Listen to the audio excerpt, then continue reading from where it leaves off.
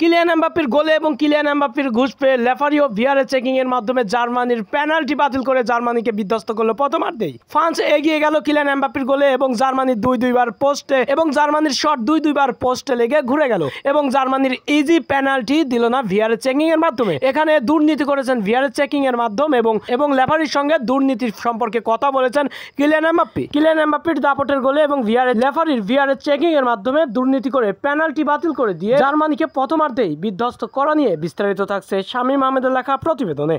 আজ রাতে UEFA national লিগের তৃতীয় স্থান দখলের ফাইনালে মাঠে নেমেছেন ফ্রান্স বনাম জার্মানি। এই ম্যাচের শুরু থেকেই দুর্দান্ত আধিপত্য করতে থাকেন জার্মানিরা। বল দখলে ও শক্তিমত্তায় সব দিক দিয়েই জার্মানি শুরু থেকেই ছিল অনেক এগিয়ে দুর্দান্ত। অন্যদিকে ফ্রান্সরা কিলিয়ান এমবাপ্পের দাপটেও টিকে থাকতে পারছিল না জার্মানির দাপটের কাছে। বেশ কয়েকটি শট নেয় গোলবারে, এর মধ্যে মারাত্মক দুটি ছিল পোস্টে লেগে ঘুরে আসা। তারা হতাশ হয়ে যায় এই দুটি বল গোল মিসের কারণে। এরপরে আরো দুর্দান্ত খেলতে থাকেন জার্মানি, প্রতিপক্ষকে একদম পাত্তাই দিচ্ছিল না।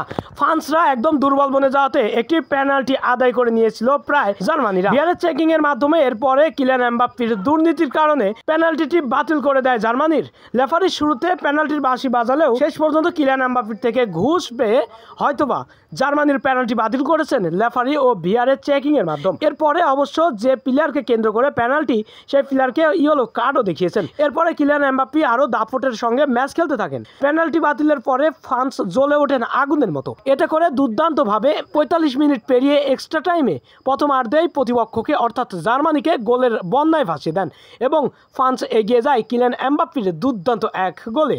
এরপরে অবশ্য আরো দুর্দান্ত খেললেও কোনো গোলের দেখা পায়নি প্রথমার্ধে। শেষ পর্যন্ত ফ্রান্সের দুর্নীতি ও ভিআর চেকিং এর মাধ্যমে দুর্নীতির কারণে জার্মানি প্রথমার্ধেই বিধ্বস্ত হয়ে গেল এবং এক গোলে পিছিয়ে পড়ল। অপরদিকে কিলিয়ান এমবাপ্পের দাপটে ফ্রান্স হয়তোবা জয়ের পথে চলে গেল এবং একটি গোল দেখলো ফুটবল বিশ্ব।